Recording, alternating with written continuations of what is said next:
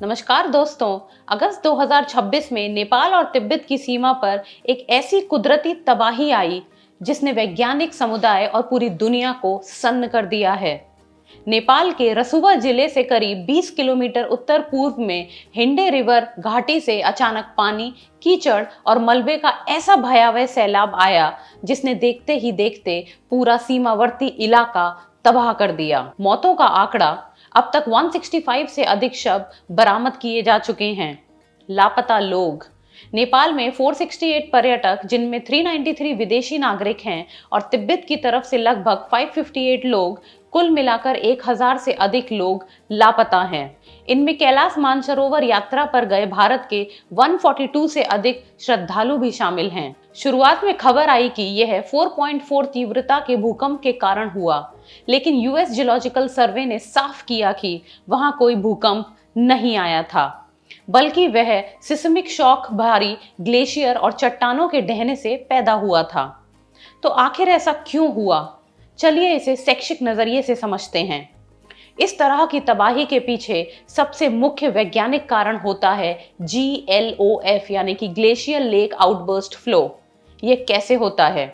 Glacier का पिघलना।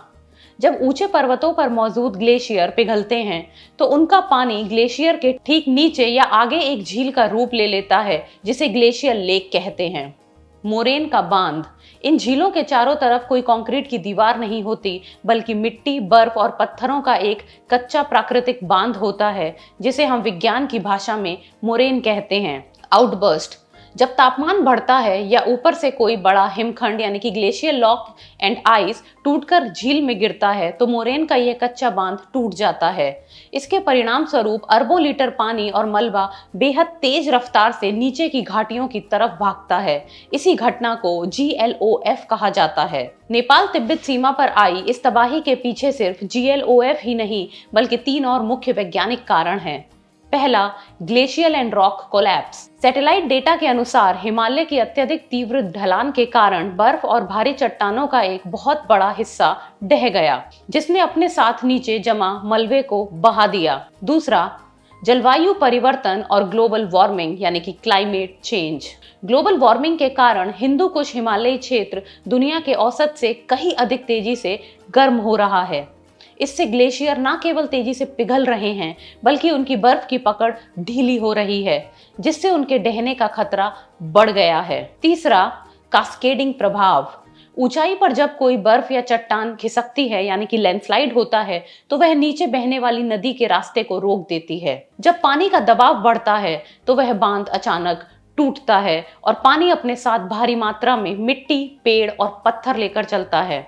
इसे डिब्रिस फ्लो कहते हैं, जो साधारण पानी की तुलना में 10 गुना अधिक विनाशकारी होता है। इस तबाही ने यह साबित कर दिया है कि हिमालयी क्षेत्र में अनियंत्रित बुनियादी ढांचा कितना संवेदनशील है।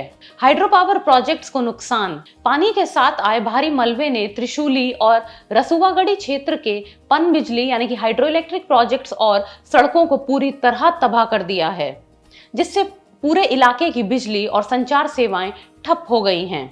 दूसरा, रेस्क्यू ऑपरेशन।